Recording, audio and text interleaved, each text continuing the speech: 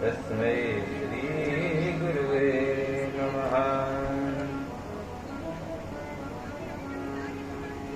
देयं सदा परिभवगणमभीष्टदोहम् क्षीरतास्पदं शिवविरञ्चनुतं शरण्यम् मृत्यार्तिहं प्रणतपालवाभिपोतम् वन्दे महापुरुषते चरणारविन्दम्। कृष्णस्त्वदीयपदपङ्कजपञ्जरान्ते अद्यैव मे विशतमानसराजहंसः प्राणप्रयाणसमये कपवातपित्ते कण्ठावरोदनविधौ स्मरणं कुतस्ते। यं प्रव्रजन्तमनुपेतमपेतकृत्यं द्वैपायनो विराकातरया जुहावन् पुत्रेति तन्मयतया तरोति सर्वभूतहृदयं मुनिमानतोऽस्मि। योऽन्तः प्रविस्मवाचमिमां प्रसुप्तां सञ्जीवयत्य किल शक्तिधरः सुधाम्ना अन्यसहस्रचरणश्रवणात्गादीन् प्रणान्नमो भगवते पुरुषाय तुभ्यम्। नारायणं नमस्कृत्य नरं चैव नरोत्तमं देवीं सरस्वतीं व्यासं ततो जयमुदीरयेत्। दक्षिणे लक्ष्मणो यस्य वामे च जनकात्मजा उरतो मारुतिर्यस्य तं वन्दे रघुनन्दनं। यत्र यत्र रघुनाथकीर्तनं तत्र तत्र प्रथमस्तकाञ्जलिं बाष्पवारि परिपूर्णलोचनं मारुतिं नमत राक्षसान्तकम्। भक्त भगवंत गुरु चतुर्नाम वपुएक इनके पद वंदन किए नासत विघ्न अनेक। सच्चिदानंद भगवान की श्री व्यासी महाराज की श्री गुरुदेव भगवान की श्री वृंदावन बिहारी लाल की आवाहित समस्त देवी देवताओं की गंगा मैया की गो माता की जय जय श्री राधे।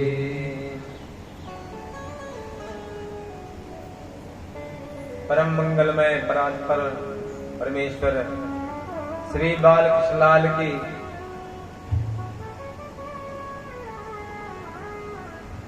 शब्दमयी मूर्ति श्रीमद् भागवत महापुराण चतुर्दिवस में आप सभी का स्वागत है। सभी लोग अपने कार्यों से निवृत्त होकर के शीघ्र ही कथा पांडाल में प्रवेश करके अपनी उपस्थिति दर्ज करावें। आइए हम लोग नाम संकीर्तन में प्रवेश करेंगे।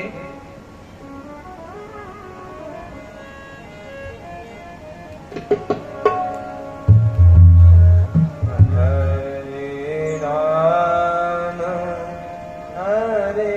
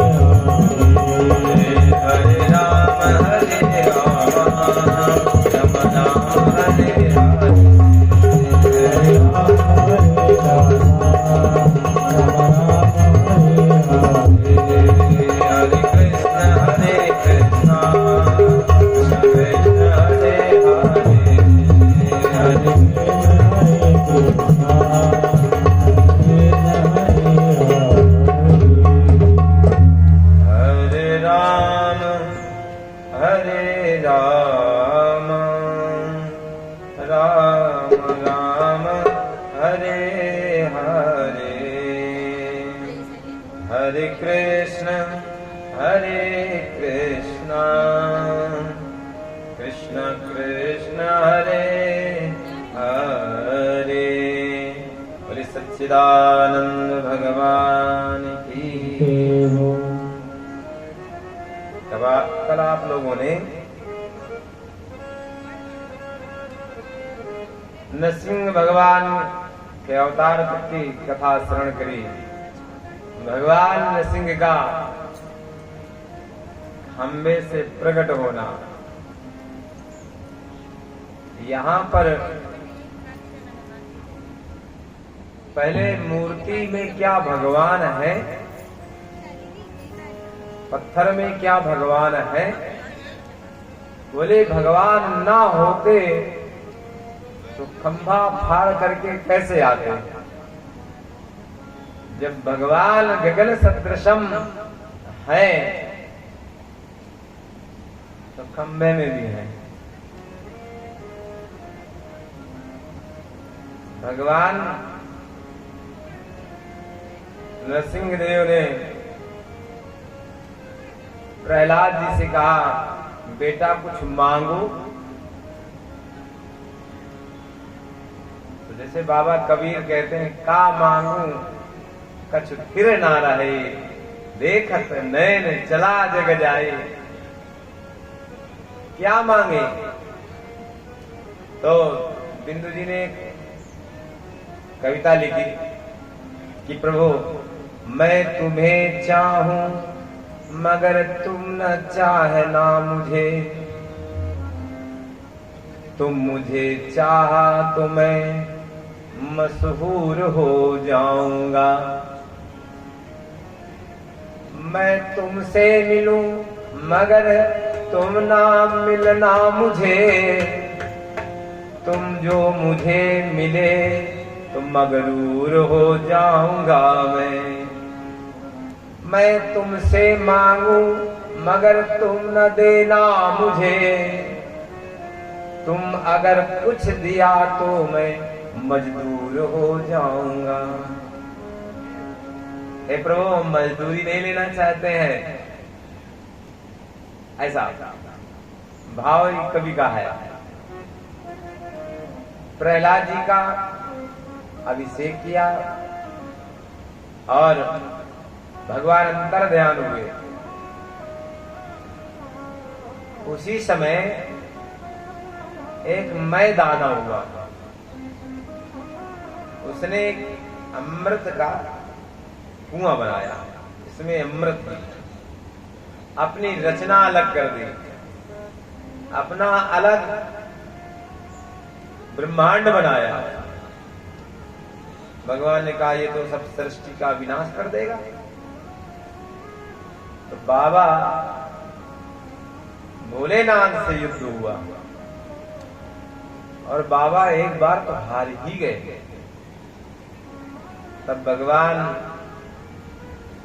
बछड़ा बने और ब्रह्मा जी गाय बछड़ा बन करके पहुंचे। उस नगर में प्रवेश किया, अमृत का कुंड सब पिला दिया, पी गए सब। अब खाली हो गए, मैदानों से युद्ध हुआ। मैदानों वहां पर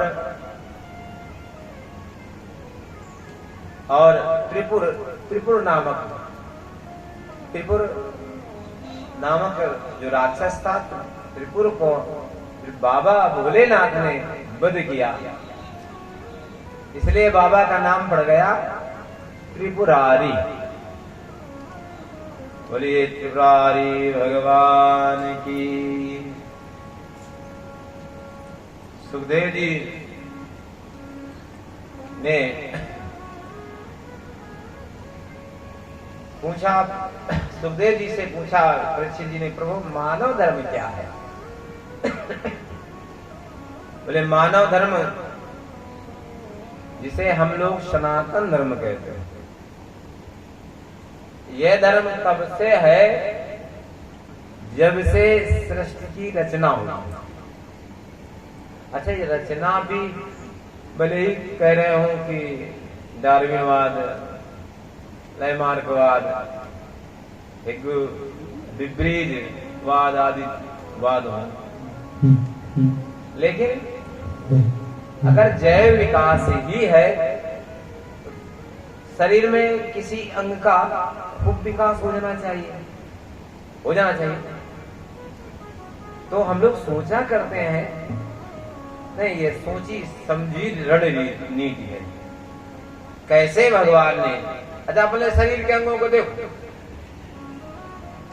सेंटर से देखो, कोई संयोग बस थोड़ा सा इधर उधर हो गया, क्या स्थिति बने? ये बिल्कुल सोचा था। अच्छा नाक यहां लगी होती कोई दिक्कत तो नहीं, जानते खाएगा सुगंध भी यहीं पास से ले लेगा। और देखो तो भगवान ने 2 आंख, 2 नाक के छिद्र, 2 कान, है ना, 2 हाथ पैर, 2 ही दिन, लेकिन मुंह कितना? 1। ये इससे तात्पर्य है खूब बढ़िया काम करो, खूब बढ़िया सुनो देखो, नासिका से खूब बढ़िया सुगंध लो, लेकिन बोलो कम। ऐसे हम लोग उल्टा करते हैं। अच्छा देखो, शरीर ये कान में यदि वे पिन्ना ना लगाए जाते, क्या ना सुनाई देता? जानते देखिए भविष्य में इनको चश्मा लगाना पड़ेगा, तो चश्मा कहां पर रुकेगा? पहले से व्यवस्था है। उनसे देखो जिनकी सर्जरी होती है तो कहीं बेकार पड़ी हुई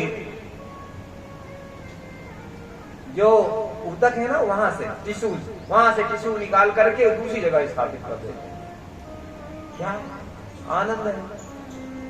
ये भगवान की सोची समझी नीति है।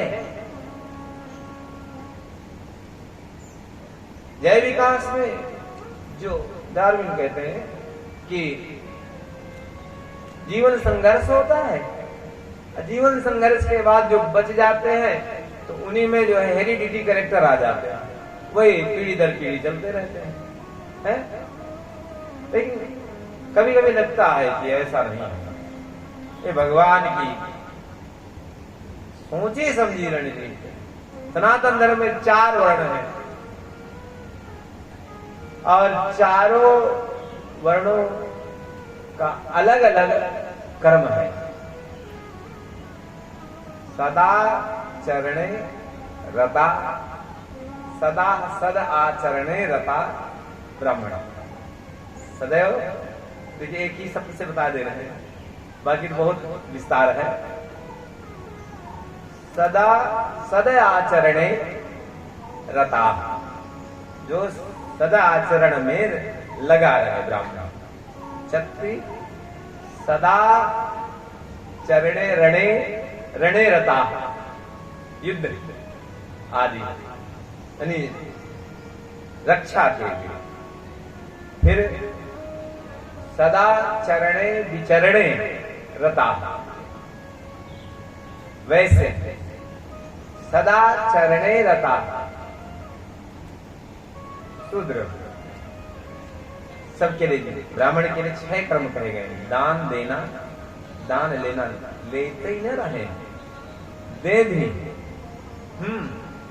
अध्ययन करना और अध्यापन करना, पढ़ना और पढ़ाना। ये नहीं हम लोग ये जो बोलते हैं ना, जब 8-10 घंटा पढ़ते हैं तब यहाँ पर नित्य, जैसे आप लोग पढ़ करके जाते हैं ना पढ़ाने के लिए, वैसे हम भी पढ़ करके आते हैं।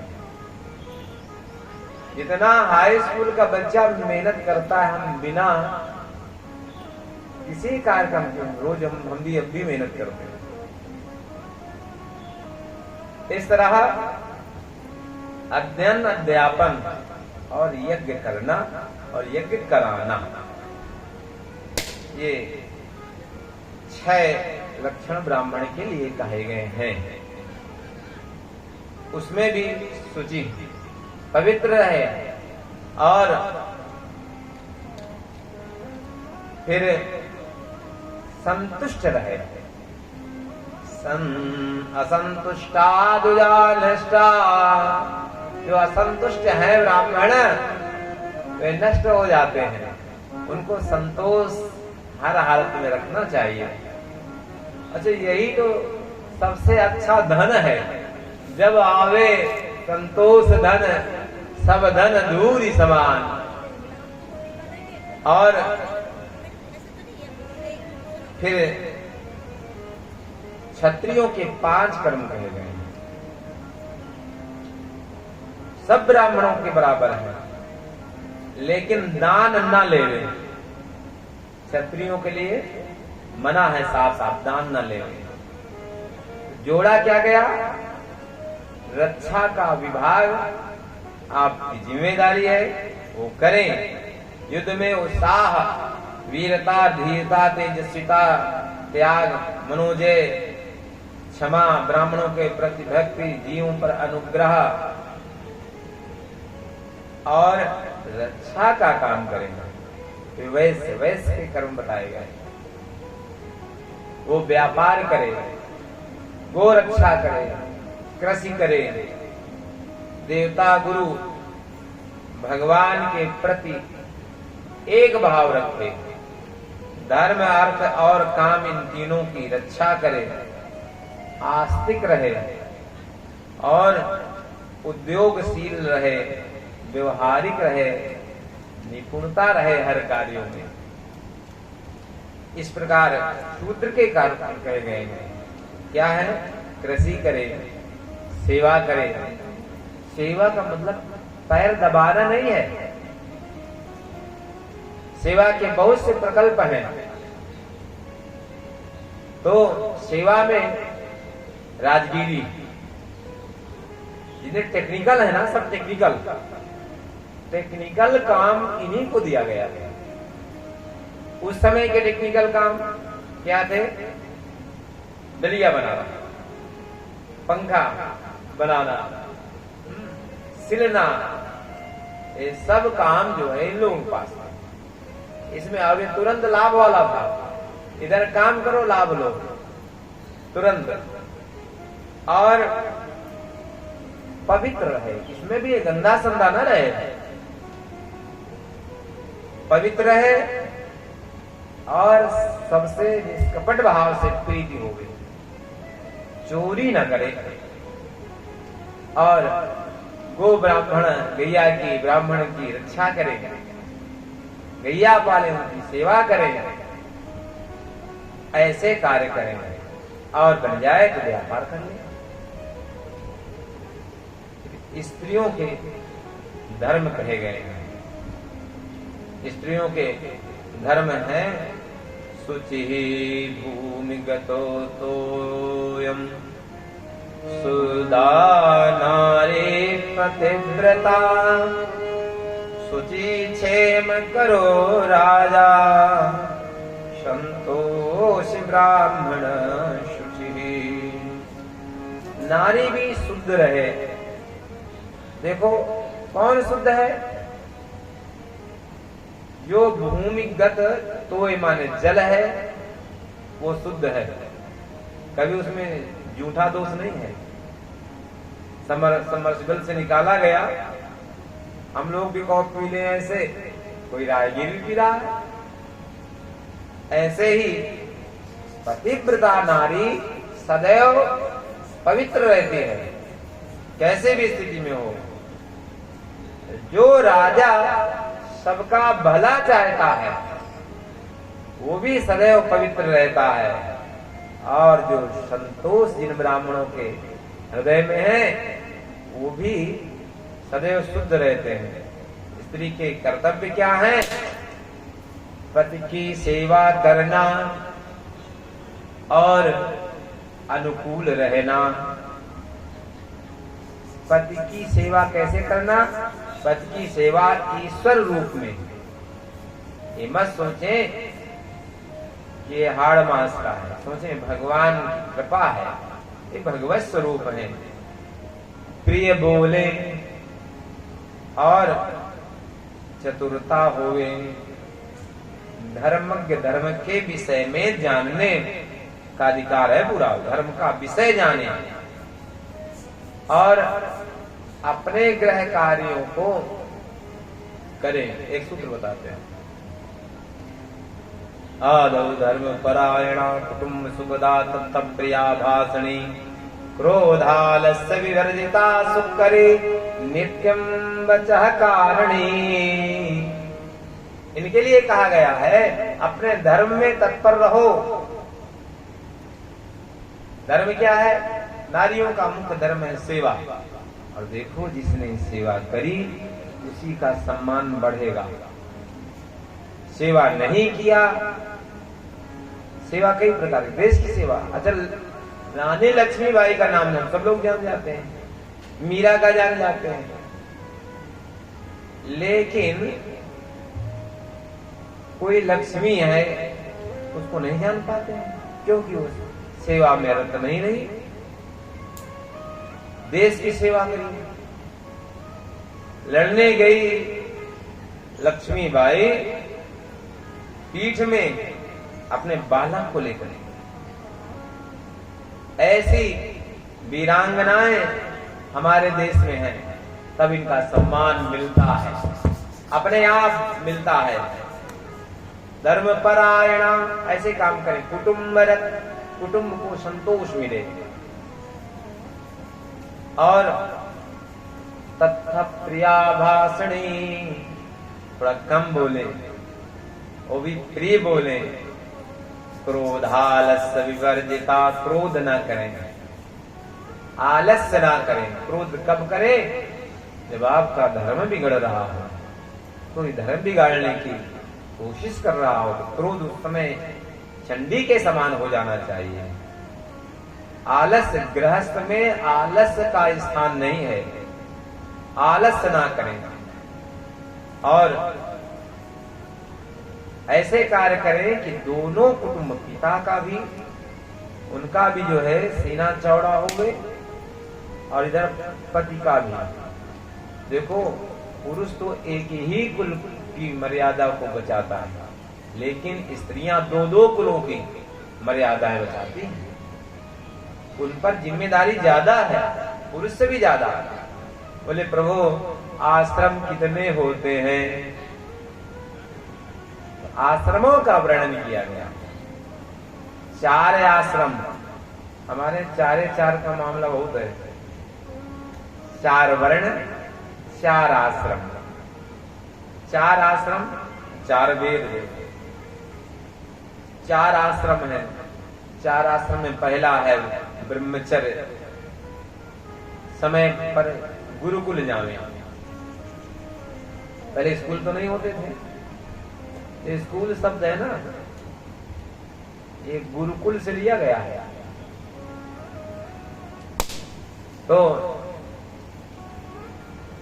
जो गुरुकुल भेजा जाता था, जो फाइयान आया था ना, उसने अपने उसमें लिखा था कि इतने गुरुकुल थे जितने की गांव। और शिक्षा की व्यवस्था कैसी थी? तो शिक्षा की जो व्यवस्था थी सबके लिए, हमारे यहाँ कोई अशिक्षित नहीं था। एक जब चेचक होता था ना पहले,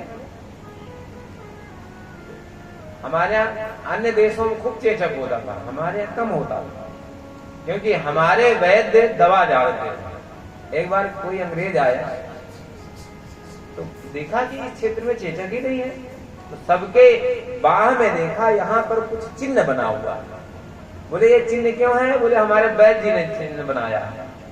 वो फाड़ देते थे और वहां पर कुछ दवा लगा देते थे।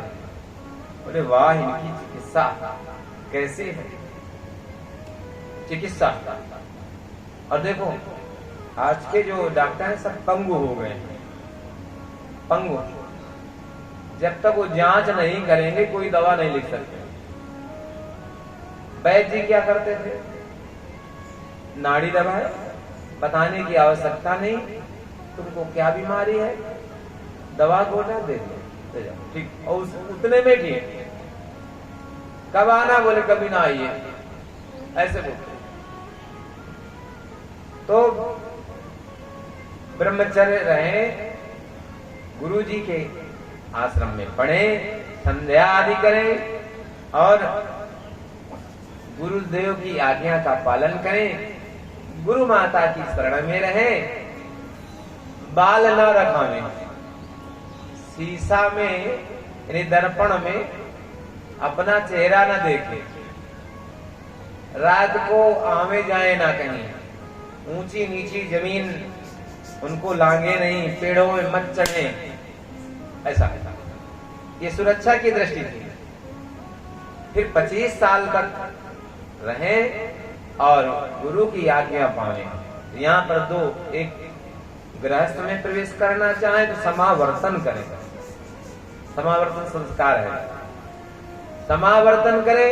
यदि गृहस्थ में नहीं है सन्यास ले ले, नैष्ठिक ब्रह्मचारी बन जाए, सन्यासी हो जाए। गृहस्थ में आकर के रहें और इस संतानों का पालन पोषण रक्षण करें। 50 साल 50 साल के बाद वानप्रस्थ हो जाएं। वानप्रस्थ मतलब धीरे धीरे छोड़ने की प्रक्रिया अपनावे। ऐसे तो नहीं कोई छोड़ा जा सकता है, धीरे धीरे जब जान लेंगे कि बच्चे हमारे सब संभाल लेंगे तो फिर सन्यास को धारण कर लेंगे। और फिर सन्यासी के भी लक्षण है, लंगोटी के अलावा कुछ रखे ना, अग्नि से दूर रहे, ताप भी नहीं सकते हैं वो लोग, उनको मना है, बना भी नहीं सकते हैं। तो कैसे रहे? बोले मधुकरी करें। मधुकरी मतलब जैसे भंवरा है, मधुकर माने भंवरा, एक फूल से कुछ पराग लिया, दूसरे फूल से कुछ पराग लिया, फूल को नहीं समाप्त करते। ऐसे ही मधुकरी करें, एक घर से एक रोटी लेवे, दूसरे से एक लेवे, ऐसे 5 घरों में एक एक रोटी लेवे, कुछ गैया को निकाल दें, कुछ भूतों, कुछ प्राणियों को, और शेष बचे अपना लें। कल के लिए संग्रह न करें। ऐसा सन्यासियों का भी बड़ा कठिन धर्म है। इस प्रकार गृहस्थ जो है क्या करे? गृहस्थ में रह करके भगवान का ध्यान करें, प्रातः उठे, वही कराग्रे वस्ते लक्ष्मी पृथ्वी को प्रणाम करें और फिर भगवान का दर्शन करें, शारीरिक शुद्धि करें, गो सेवा करें और स्नान संध्या आदि करने के बाद आतिथ्य सत्कार करें।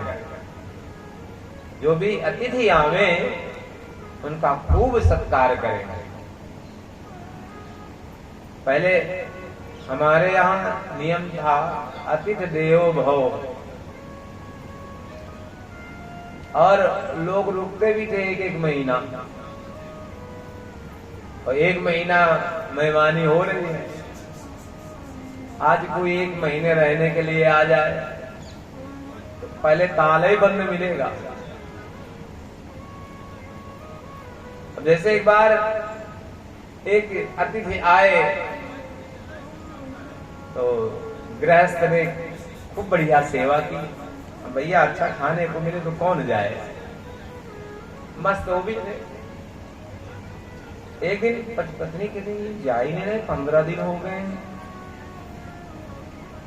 कहीं एक दिन झगड़ा कर लिया जाए, और आपस में झगड़ा कर लिया तो अतिथि ने सोचा लगता है कि अब हमको भी जाना ही पड़ेगा, तो अपना झोला लिया, निकल लिए।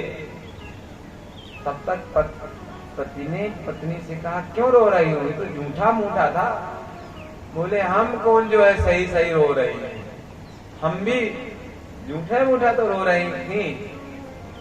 अच्छा, तब तक अतिथि भी आ गया, बोले हम कौन सही सही चले गए थे।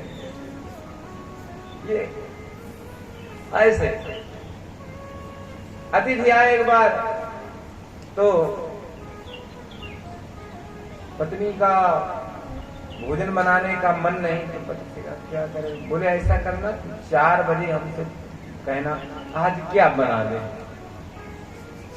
बोले 4 बजे तो बोले क्या बनाए आज, बोले फिर भोजन, अभी तो खाया था, कोई राक्षस है क्या हम, अब इनसे पूछ लो इनको जो खाना हो। अब वो अगर कहें कि हमको खाना है तो राक्षस बने, तो भैया ऐसे आतिथ्य सत्कार न होवे। बोले सच्चिदानंद भगवान की अतिथि सत्कार करें और नित्य दान करें। ये कोई जरूरी नहीं आप लाख करें, अपनी सुविधा अनुसार दान आवश्यक है। नित्य दान करें और नित्य तर्पण करें। तर्पण का नित्य का विधान है, और यदि नहीं कर पा रहे हैं तो उन 15-16 दिनों निरंतर करें। फिर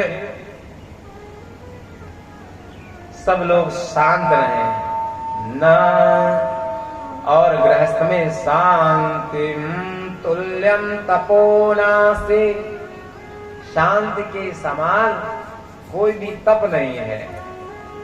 न संतोषात् परम सुखम, और ना ही संतोष के बराबर कोई सुख है।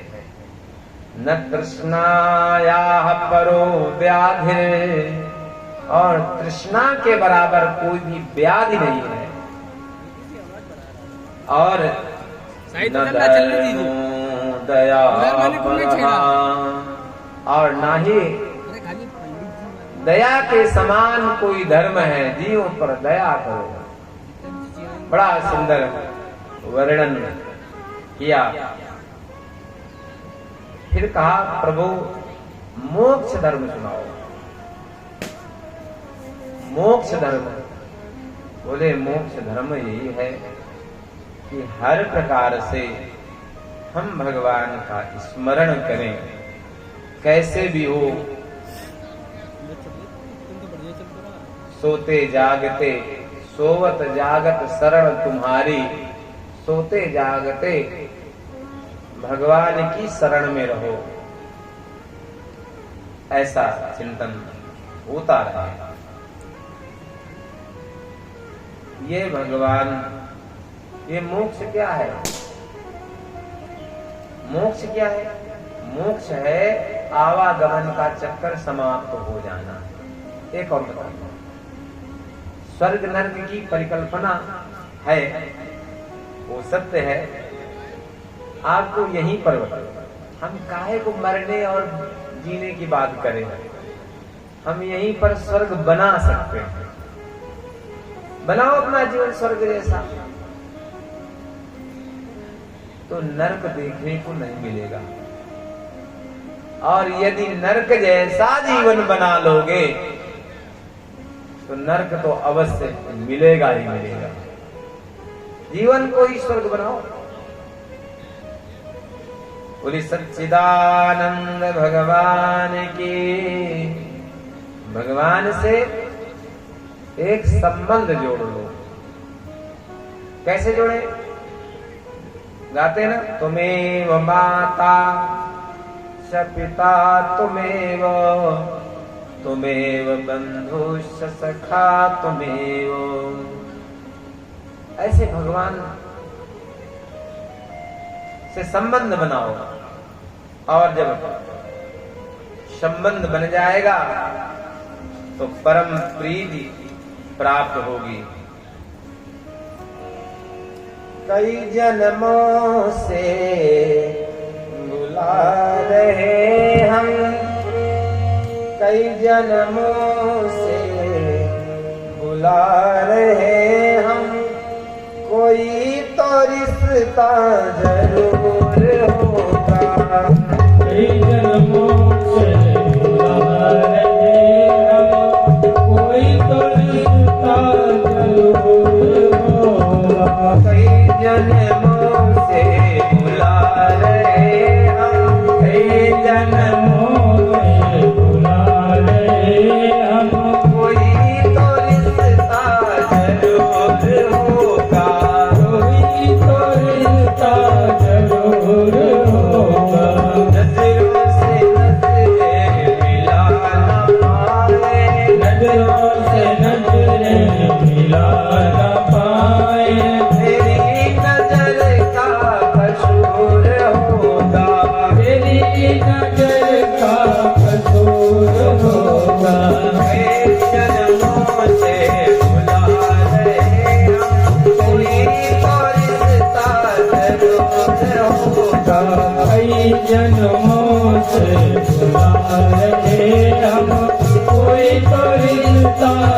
जरूर होगा।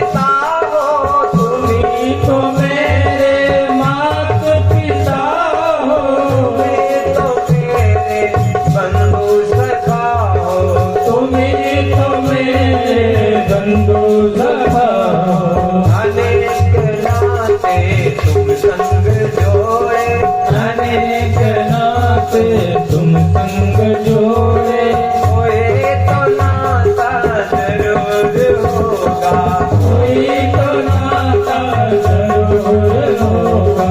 कई जन्मों से बुला रहे हम, कई जन्मों से बुला रहे हम, कोई तो रिश्ता जरूर होगा, कोई तो रिश्ता जरूर होगा।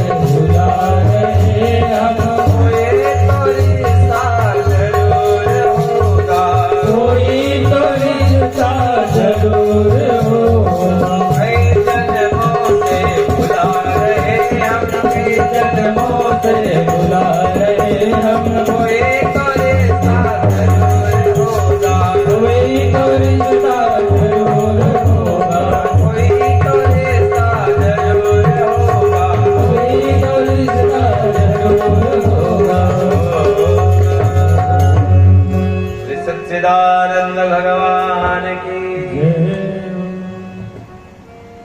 इस प्रकार भगवान से संबंध बनाओ, और जब संबंध बन जाता है ना, संबंध जानते हो कब बनेगा? पहचान बताओ। जिस समय आप किसी पार्टी में जावे और आपको भोजन करना पड़े, आपके हृदय में उथल पुथल हो जाए, क्या बताएं ठाकुर जी का भोग नहीं लगा, तो समझिए संबंध बन गया। और जब वही सोचे प्रभु उन्हें बैठ रहा हो, आज हम मौज में परसों आएंगे। अच्छा, अभी एक बीच में परंपरा चली है कि जहां जाए वहीं ठाकुर जी ले जाए, ये गलत है। आप जा रहे हैं, आप पवित्र हैं, लेकिन अगले की कोई गारंटी नहीं है। अच्छा, ठाकुर जी को ब्रेड बिस्किट आदि का भोग नहीं लगता, बोला अकाउंट लगाए पड़े हैं, ये हमने देखा है। एक बार वृंदावन से लोग चले और संयोग से ट्रेन बहुत विलंब, तो उनको वहीं रुकना पड़ा 8-9 घंटा। 8-9 घंटा में आप लोग शंका भी जाएंगे, खाएंगे पिएंगे, तो वहीं पर स्टेशन के ब्रेड पकौड़े लिए और ठाकुर जी को भोग लगा दिया। ये ऐसा बिल्कुल नहीं करना चाहिए। ठाकुर जी घर में ही ऐसे वो बढ़िया भोग लगाओ। अब पार्टी में है, वहां ठाकुर जी नहीं जा सकते हैं, तो बस आधा मिनट के लिए नेत्र बंद करो, प्रभु आज मजबूरी में है, प्रार्थना कर ले, वो लग गया। ऐसा हो जाए, जानते तो कैसे? हमारे रामचरितमानस में भगवान राम जी ने वाल्मीकि जी से पूछा, कहाँ रहे? तुम ही निवेदित भोजन करहि, निवेदित भोजन करहि, प्रभु प्रसाद बट भूषण धरहि, प्रभु प्रसाद मन भूषण धरहि, महि निवेदित भोजन करहि, महि निवेदित भोजन करहि। भगवान को निवेदित करके भोजन करें। भोजन करें, बढ़िया थाल परोसी गई है, तुलसी दल डालो और चारों तरफ जल थोड़ा घुमाओ कि कोई जीव ना आ जाए। इसमें नौटंकी मत समझिए, बढ़िया चारों तरफ जल का एक घेरा बना दिया जाता है, जिससे कि कोई अन्य जीव ना आ जाए, और भोग लगा दिया जाता है। फिर पाया जाता है। पाने से पहले गोग्रास निकालें। पहले रोटी गाय की, अंतिम वाली कुत्ते की। कुत्ता पालना घर के अंदर मना है, बाहर कुछ सेवाएं नहीं। घर तो एक ही पालेंगे, शाम को रोटी लेकर के बाहर खड़े जाओ, 4-6 और पल जाएंगे, और पहले से ज्यादा सुरक्षित हो जाएंगे, कोई आ नहीं पाएगा उनके बारे। ये स्थिति पहले अच्छा बनाया, जल्दी जल्दी में पति को ड्यूटी जाना है, पहली रोटी ही पति देव को खिला दिया। स्वभाव गैया के समान सीधा हो गया बेचारा। जो बचा लास्ट में बेचारी खा गई, तो वो भी दिन भर भौंकती रहती है। नारायण, ऐसा ना करो, उसको बचा के रखो और दीजिए, स्वयं ना उसको फिनिश कर डालो। जो जिसका हक है उसको पहुंचाइए, वो का है तो गैया को ही दीजिए, आप सब ना निकालो। एक गृहस्थ में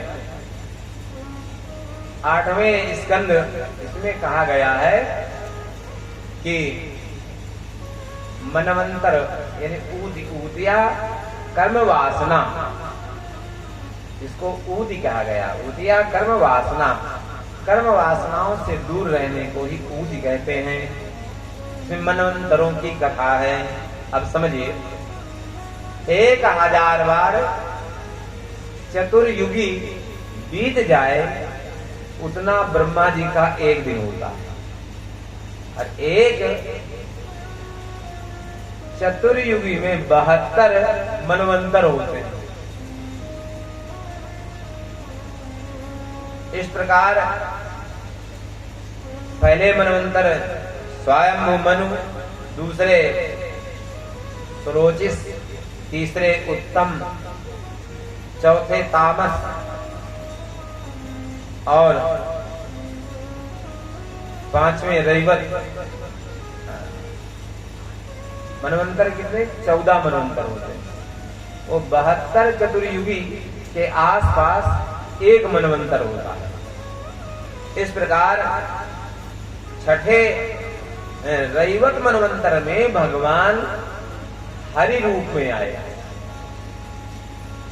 वो भी कैसे? हरि मेधा ऋषि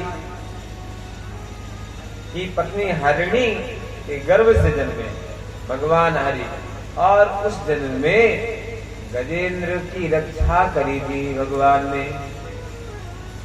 अच्छा, तो प्रभु गजेंद्र कौन था ये भी बताइए। तो श्री सुखदेव जी कहते हैं, आसीत गिरवरो राजन त्रिकूटैत विस्तृतः।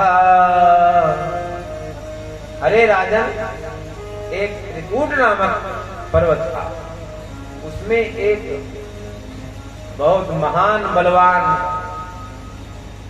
गज रहता था। उसको हम लोग गजेंद्र कहने लगे। इतना बलवान था कि सिंह भी रास्ता दे देते थे। छोटे जीव सुखी हो गए, लेकिन यह छोटे जीव को देखता ही नहीं था। अगर रास्ते में आया तो कुचल करके चला गया। एक बार बहुत प्यास लगी तो जल की तलाश में एक सरोवर में गए। अपने परिवार सहित सब लोगों ने जल पी लिया, यहां तक तो ठीक था। आपस में सूर्ण भर भर के जल एक दूसरे के ऊपर डाल रहे हैं। जल क्रीड़ा होने लगी। बहुत समय व्यतीत हो गया। अब जब समय व्यतीत हुआ, उसी समय ग्राह आ गया, मगरमच्छ। तो ग्राह ने उस हाथी के पैर को पकड़ लिया, ग्रस लिया। हाथी बल के कारण मदमस्त और कहा, रे ये छोटा जीव हमारा क्या कर लेगा। ये भूल करी और वो धीरे धीरे अंदर की ओर लेकर के जाने लगा। अब हाथी ने भी अपना बल लगाया, और जब बल लगाया समझ गए, लगता है ये कमजोर नहीं है, बराबरी का है लगता है। लेकिन अंदर ही चले गए लेकर के। तो पारिवारिक जन जितनी उनकी पत्नियां थी, सब ने सूर्ण मिला मिला करके खींचने की कोशिश की। और भला सूर्ण से हाथी खींचा जा सकता है? हाथी की पूंछ भी बहुत पतली होती है, पूंछ से भी निकल जाते हैं। और तो पत्नियां ने सोचा, अभी तो मरी रहे हैं, हम काहे को मरी, हमें भी भूख लगी है। ऐसे ही बच्चों ने भी प्रयास किया और सब लोग छोड़ छोड़ करके चले गए। यही होता है, कोई बीमार पड़े तो शुरुआत के दिन में देखने वाले ढेर सारे आएंगे। कोई सेब लेकर के आ रहा, कोई केला लेकर के आ रहा। 10 दिन बाद देखो, बोला 10 दिन बाद कोई नहीं दिखेगा। और जो अपना है ना, वो भी कहेगा भगवान इनको पूछ ले तो ज्यादा अच्छा। यही स्थिति होती है। ऐसे ही गजेंद्र की स्थिति हो गई। गजेंद्र कोई और नहीं है, हम ही आप हैं।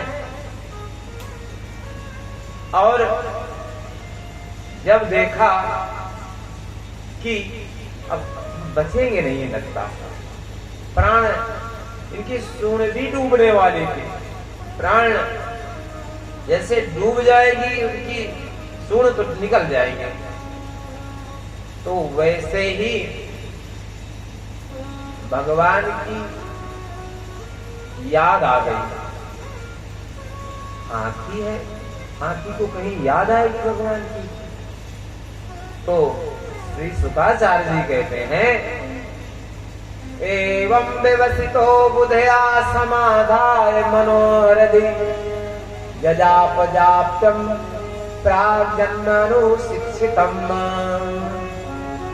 पहले जन्म की शिक्षा के कारण उसे याद आया इस चराचर जगत में कोई है तो संचालन करता है।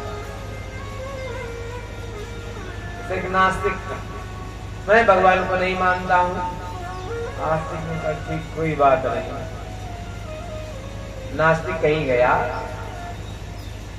तो आस्तिक ने एक कागज में बढ़िया सा कमल का फूल बनाया और जब कमल का फूल बनाया रख दिया, बड़ा सुंदर। तो नास्तिक आया और कहा ये कमल का फूल किसने बनाया? बोले कि किसी ने नहीं बनाया, बन गया होगा। नहीं, बोले किसी ने किसी तो बनाया ही होगा। बोले नहीं, किसी ने नहीं, अपने आप बन गया है। बोले नहीं, हम मान ही नहीं सकते। बोले इस छोटी सी रचना को देख करके तुम कह रहे हो कोई न कोई तो बनाया ही होगा। यह ब्रह्मांड की रचना है, इसको कौन बनाया? बोले हाँ बिल्कुल सही, कोई तो बनाने वाला है ही, और जो बनाने वाला है वही भगवान है। बोले सच्चिदानंद भगवान की जय। ये हाथी तो पहले जन्म में अच्छे कर्म करके आया तो भगवान की याद आ गई। हम लोग किसकी याद आएगी? अब आप लोगों का निर्णय स्वयं लेने का अधिकार है। हम लोग क्या करते हैं जानते हो? हमें संतों ने बताया कि अंतिम समय में भगवान का ध्यान बना रहे तो रोज ही गजेंद्र मोक्ष का पाठ करो। और अनुभव है संतों का कि अंत में भगवान याद बने रहे। गजेंद्र ने भगवान की याद करी और प्रार्थना करने लगे, किसी का नाम नहीं लिया। ओम नमो भगवते तस्मै यत एतच्चिदात्मकं पुरुषायाद बीजाय परेशाय धीमहि। प्रभु हम आदि पुरुष का ध्यान करते हैं। वे पुरुष कैसे हैं? नमो नमस्तुभ्यं सय्यवेग शक्तित्रयाय किलदी गुणाय प्रपन्नपालाय दुरंत सक्ते कदिन्द्रियाणां मनवापवर्त्मने। हे प्रभु हम आपको नमस्कार करते हैं। आपकी शक्ति तीनों काल में व्याप्त रहती है। हम प्रपन्न हैं प्रभु, आपकी शरण में हैं। जो आपकी माया है दुरंत है, मम माया दुरंतया। ऐसे भगवान की माया कैसी है? बोले इसे पार कोई नहीं पा सकता है। अच्छा, जब भगवान ने प्रार्थना सुनी, सभी देवी देवता आकाश मंडल पर खड़े कि एक बार हमारा नाम ले ले तो हम चले जाएंगे। किसी का नहीं नाम लिया। भगवान ने कहा अच्छा, जब किसी का नाम नहीं लिया तो मेरा नाम है अनामी। भगवान का एक नाम अनामी। तो भगवान ने कहा लगता है हमें ही पुकार रहा है। गरुड़ से कहा चलो। गरुड़ को अहंकार हुआ तो गरुड़ को छोड़ करके भगवान दौड़े हुए आए अपने चक्र को। अब जैसे देखा भगवान आ रहे हैं तो तुरंत ही एक कमल लिया। सोवन्तः तम उच्छिप्य सोवन्ता सरसबलेन गृहीतयातो दृष्टा गरुत्मति हरिं खौपाचक्रम उच्छिपसा मुझ करम गिरिमान कृच्छा नारायणाखिल गुरु भगवन नमस्ते। कमल लिया अंबुज करम और भगवान को उस कमलाकांत के शरणार बिंदुओं में कमल बिंदु में छोड़ दे। प्रभु आपको समर्पित है। भगवान ने तुरंत ही चक्र चलाया और चक्र को चलाया तो पहले ग्राह का मुंह फाड़ा और मुंह फाड़ करके गजेंद्र और ग्राह को दोनों को बाहर निकाला। पहले ग्राह तर गया, दिव्य भगवान के स्वरूप पार्षद में हुए और भगवत धाम को गए। बोले सच्चिदानंद भगवान की जय। इस पर सूरदास जी एक भजन लिखते हैं। हे गोविंद हे गोपाल अब तो जीवन हार है। हे गोविंद हे गोपाल अब तो जीवन हारे। हे गोविंद हे गोपाल अब तो जीवन हारे। हे गोविंद हे अब तो जीवन हारे। हे गोविंद हे गोपाल अब तो जीवन हारे। हे गोविंद हे गोपाल अब तो जीवन हारे। वीर प्रीवन हेतु गयो सिंधु के किनारे। वीर प्रीवन हेतु गायो सिंधु के किनारे। सिंधु बीच बसत ग्रास चरण धर पसारे। हे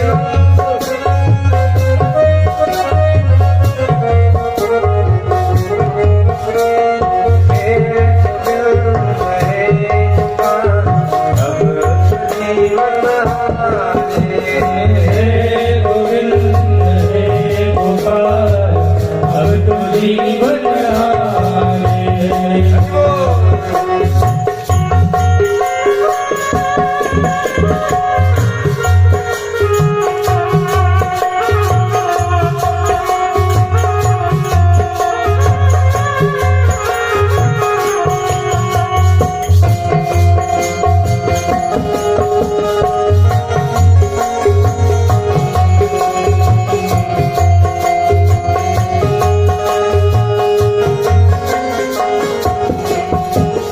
चार प्रहर युद्ध कयो ले गयो मझधारे। चार प्रहर युद्ध कयो ले गयो मझधारे। चार प्रहर युद्ध कयो ले गयो मझधारे। चार प्रहर युद्ध भयो ले गयो मझधारे। नासिका से डूबन लागे कृष्ण को पुकारे। नासिका से डूबन लागे कृष्ण को पुकारे। हे गोविंद हे गोपाल अब तो जीवन हारे। हे गोविंद हे गोपाल अब तो जीवन हारे। हे गोविंद हे गोपाल अब तो जीवन हारे। हे गोविंद हे गोपाल अब तो जीवन हारे।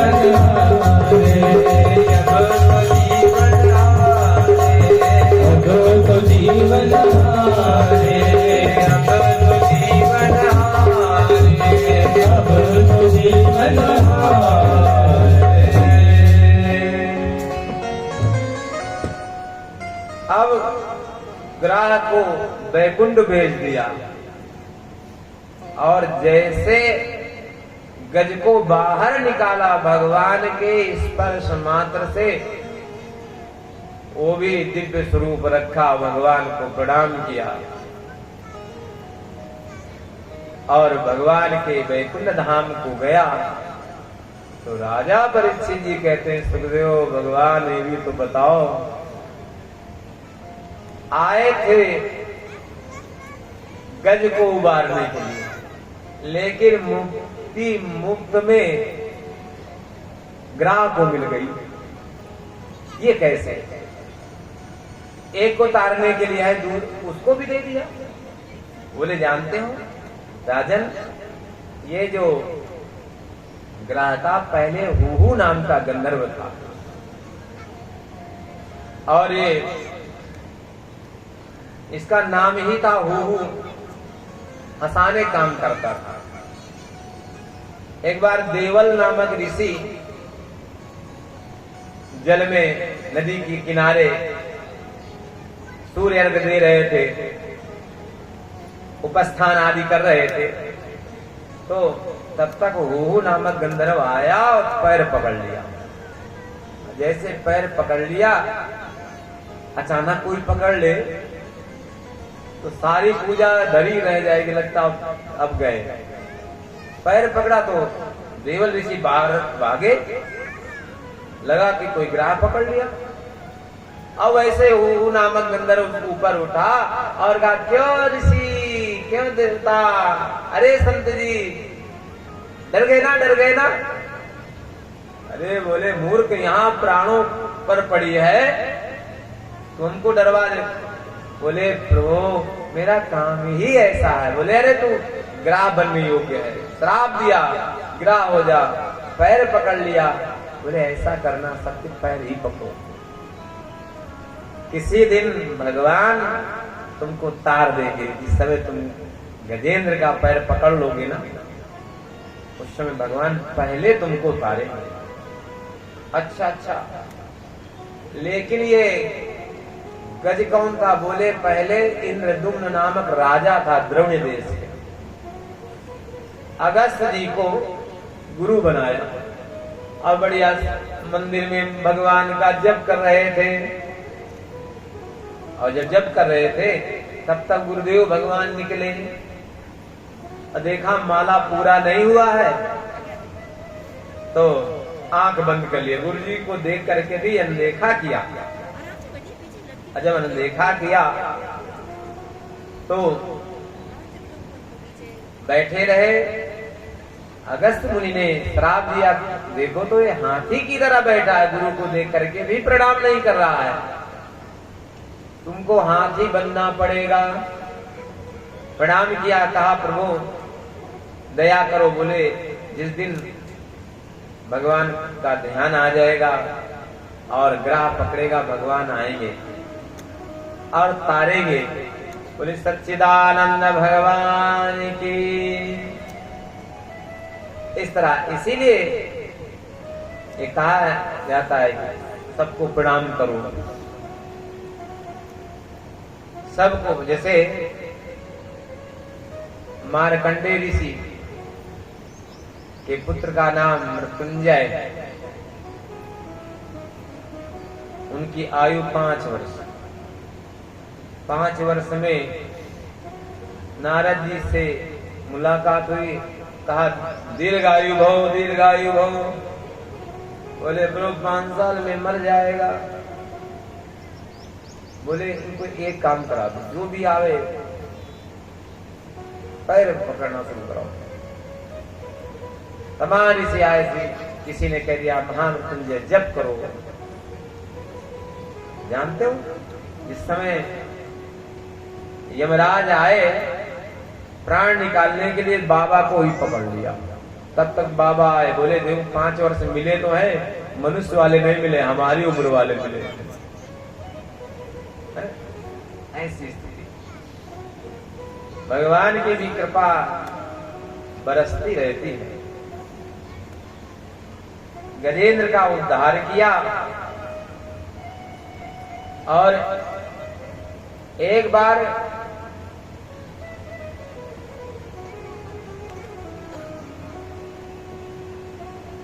दुर्वासा ऋषि चले आ रहे थे और भगवान के दर्शन करके जब दर्शन के लिए पहुंचे थे ना, तो भगवान प्रसन्न होकर के अपनी पहनी हुई प्रसादी माला दे दी। आप तो दुर्वासा ऋषि बड़े प्रसन्न हुए, आज प्रभु अपनी माला दे दी। अब रास्ते में आ रहे थे तो संयोग से इंद्र मिल गए, हाथी में ऐरावत में चढ़े हुए हैं। इंद्र ने प्रणाम किया तो आशीर्वाद में वही माला दे दी। अच्छा, माला दी तो धारण किया, इसके बाद हाथी के ऊपर पहना दिया और हाथी ने सूंड से पकड़ा, पैरों के तले दबा दिया। यह देख करके दुर्वासा ऋषि को क्रोध आ गया। भगवान की माला, गुरु की माला ऐसे तोड़ फोड़ करके फेंकेगा, श्राप दिया तुम श्रीहीन हो जाओ। सारी श्री चली गई। उसी समय राजा बलि ने आक्रमण किया, सबको मार करके भगा दिया। राजा बलि का राज्य हो गया और जब राजा बलि का राज्य होगा, बोले अब क्या करें। भगवान के पास पहुंचे, भगवान ने सोचा अब क्या करें। बोले ऐसा करते हैं, समुद्र मंथन करा देते हैं। समुद्र मंथन का उपक्रम बोले अकेले नहीं हो पाए। बोले ऐसा करो, भाइयों से मिल लो, या करेंगे।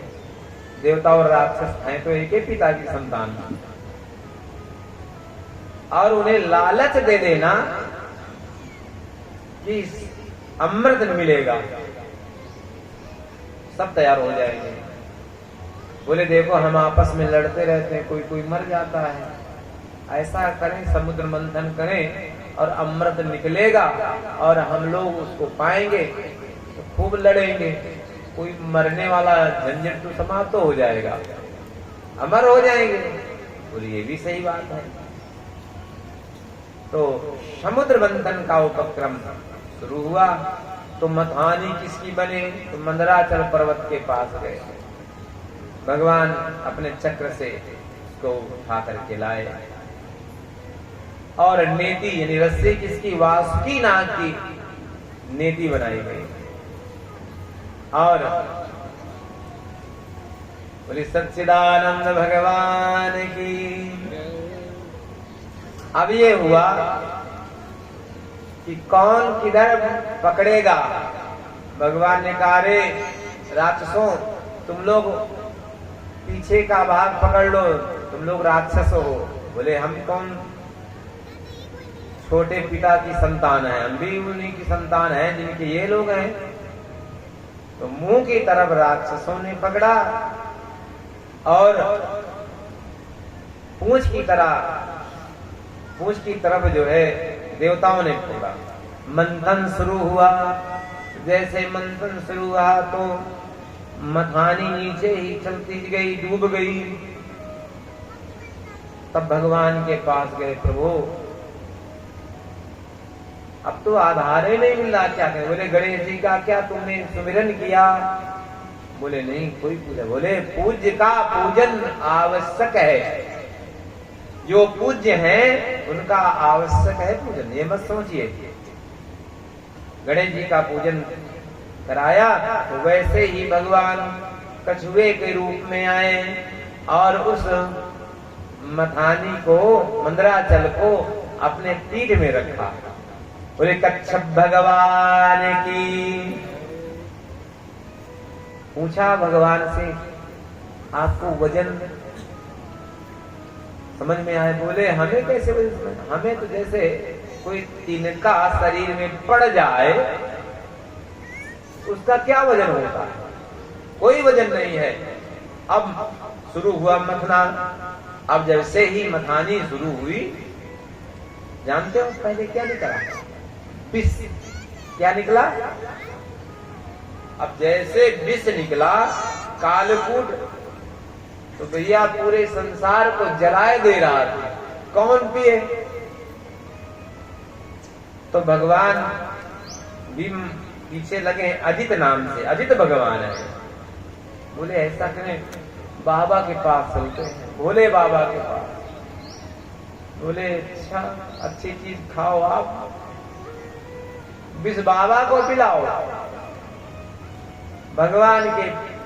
भगवान जो है सब लोगों को लेकर के पहुंचे, बाबा से कहा प्रभु ये विष संसार को जलाए दे रहा है, अब इसको कुछ करो। तो पार्वती जी से कहते हैं बाबा, हे देवी, क्या हम इस विष को पी लें? पार्वती जी ने कहा, पतिव्रता है ना, हम कैसे कह रहे कि आप पी लें? हम तो नहीं कह सकते हैं। प्रभु आप सब कुछ करने में सामर्थ्य रखते हैं। अहो बत भवानी तत् प्रजानां पसवैससम् एवं मंत्र भगवान भवानी विश्वभावनः। तब कहा जैसे संसार का कल्याण हो वैसा करो। और इस प्रकार संसार के कल्याणार्थ भगवान ने सतः करतली कृत्य व्यापी हलाहलम विषम हाथ में लिया, बोले अब डाल दो। अब जैसे पिया गले में पहुंचा तब तक याद आई कि हृदय में तो भगवान बैठे हैं। तो बोले रा और माँ में बंद कर दिया, उसको गले में ही रख लिया। तो भगवान का जो गले का रंग है वो नीला हो गया। और जब नीला हो गया तो कैसा है, यच्चकार गले नीलम तच्च साधोर विभूषणम। भगवान का नाम पड़ गया नीलकंठ। बोले नीलकंठ भगवान की। एक संत कहते हैं, अंदर है राम, बाहर से आया विष, दोनों मिल गए विश्राम। विश्राम की स्थिति हो गई, विष धन राम विश्राम, ऐसी स्थिति। अब सब लोग पुनः मंथन के लिए गए तो पहले हविर्धानी माने कामधेनु आई। तो देवताओं के स्वर्ग लोक को गई, उच्चैश्रवा घोड़ा निकला, राजा बलि को प्रदान कर दिया गया। और फिर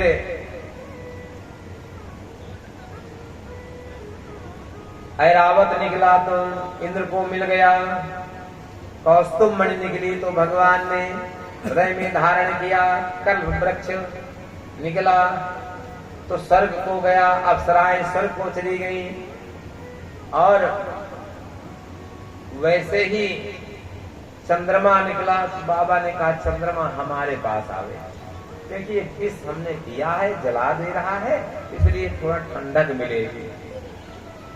तो बाबा ने सर में धारण किया चंद्रमा। और अब लक्ष्मी जी का प्रादुर्भाव हुआ। जैसे लक्ष्मी जी समुद्र मंथन से निकली तो सब लोग लाइन लगाकर खड़े हो गए। कैसे निकली? वरमाला लेकर के निकली। सब लोग लाइन लगाते थे, हमें लक्ष्मी को सब लोग चाहते लक्ष्मी मिल जाए। सबसे आगे दुर्वासा ऋषि। और जब दुर्वासा ऋषि सामने आए, कहा आप बहुत अच्छे हैं, आप में तप है, ज्ञान है, ब्राह्मणत्व है, लेकिन क्रोध बहुत है। सब बाबा भोलेनाथ सामने खड़े तो भोलेनाथ सब कुछ हो, लेकिन आप दिगंबर हैं, देने बैठ जाएं तो सब कुछ दे दे, ये ठीक नहीं है। सब में कमी बताते चले। और फिर इसके बाद सबसे अंतिम में भगवान नारायण खड़े हैं, लेकिन सामने की तरफ उन्हें पीछे की ओर मुख किए खड़े हैं। सब तो लक्ष्मी जी की ओर देख रहे हैं, लेकिन नारायण नहीं देख रहे हैं। बोले क्यों जी यहाँ पर छिपे हो? बोले हम नहीं चाहते हैं कि आप हमारा वर्ण करें। त्रयो भयम पुत्र चासोपमंगलः सुमंगलः कस्ना कांक्षते हि माम। बोले जो मुझे नहीं चाहते हैं मैं उन्हीं के पास था। सब ये चाहने वाले थे, लेकिन आप मंगल को चाहने वाले हैं। आपका नाम ही मंगलम भगवान विष्णु, मंगलम गरुड़ध्वजा, मंगलम पुंडरीकाक्ष, मंगलाय तनो हरे। आपका नाम ही मंगल है, इसलिए हम आपको ही वर्ण करेंगे। और लक्ष्मी जी ने नारायण के ऊपर माला डाली। बोल लक्ष्मी नारायण भगवान की। जानते हो जब देवताओं को श्राप मिला कि श्रीहीन हो जाए, तो लक्ष्मी जी अपने मैके पहुंच गई। अब मैके से कैसे बुलाया जाए, तो समुद्र मंथन करा डाला। आए आध्यात्मिक रूप बताते हैं। हम लोग जब विचारों का मंथन करते हैं, जब हम भक्ति के पथ पर चलते हैं, तो विचारों का मंथन होता है। तो जानते हो क्या निकलता है? पहले विष निकलता है। ध्यान में बैठ जाएगा। जानते हो ध्यान कहाँ जाएगा? जहां से हमारा अटैचमेंट होगा, अथवा जिसने हमें गाली दी थी वहीं पर जाएगा। ये विष है ना, विष पहले ही आएगा। विष जाने दो, कामधेनु आ जाएगा। कामधेनु समझे ना, जो कामना करोगे वो मिल जाएगा।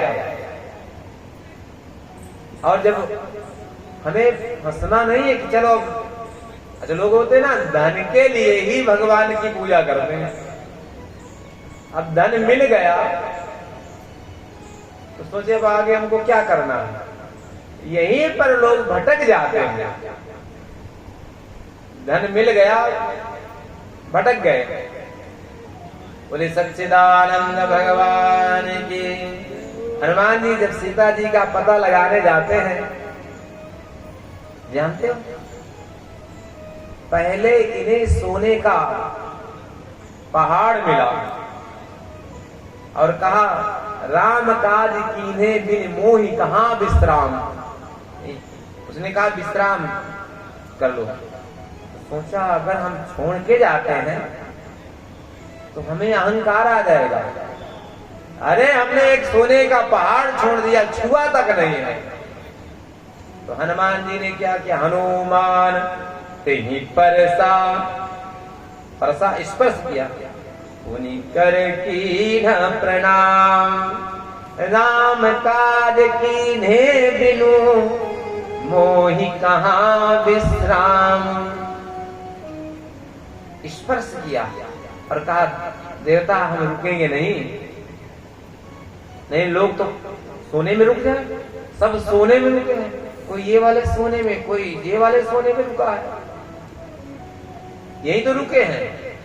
इससे आगे बढ़ो तब उच्च श्रवा घोड़ा। जानते हो उच्च श्रवा घोड़ा क्या? काम है। अब हमको काम से बचना है। फिर जानते हो कि हाथी आता, हाथी का ये अहंकार। हाथी का मतलब अहंकार। अरे हम इतना भगवान का भजन करते हैं, अहंकार हो गया।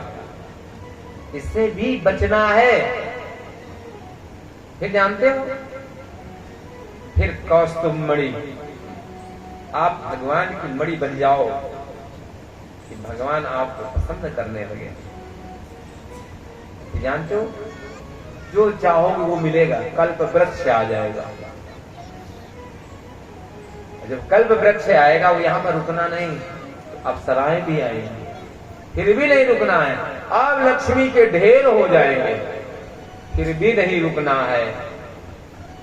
लक्ष्मी के अवगुण भी होते हैं, जानते हो? व्यास, कनक और कामनी, ये लंबी तलवार है। तो क्या है? निकसे थे हरि भजन को, बीच मालिनी मार बीच में लगा दिया, पेट के अंदर। इससे बचना है। तो फिर अब धन्वंतरी मतलब निरोगी काया। निरोगी काया यदि निरोगी रहेगी तो अमृत मिलेगा, वो भी भगवान की कृपा से। तब धन्वंतरी भगवान का प्रादुर्भाव हुआ। बोले धन्वंतरी भगवान की। अब धन्वंतरी भगवान हाथ में अमृत लिए जैसे प्रकट हुए, तो वैसे ही जो राक्षस एक दौड़ करके गया और छिना लिया। और जब छिना लिया तो दूसरे ने कहा अहम पूर्वम तम ना तमेति प्रभो, पहले मैं पीऊंगा, मैं बलवान हूं। उससे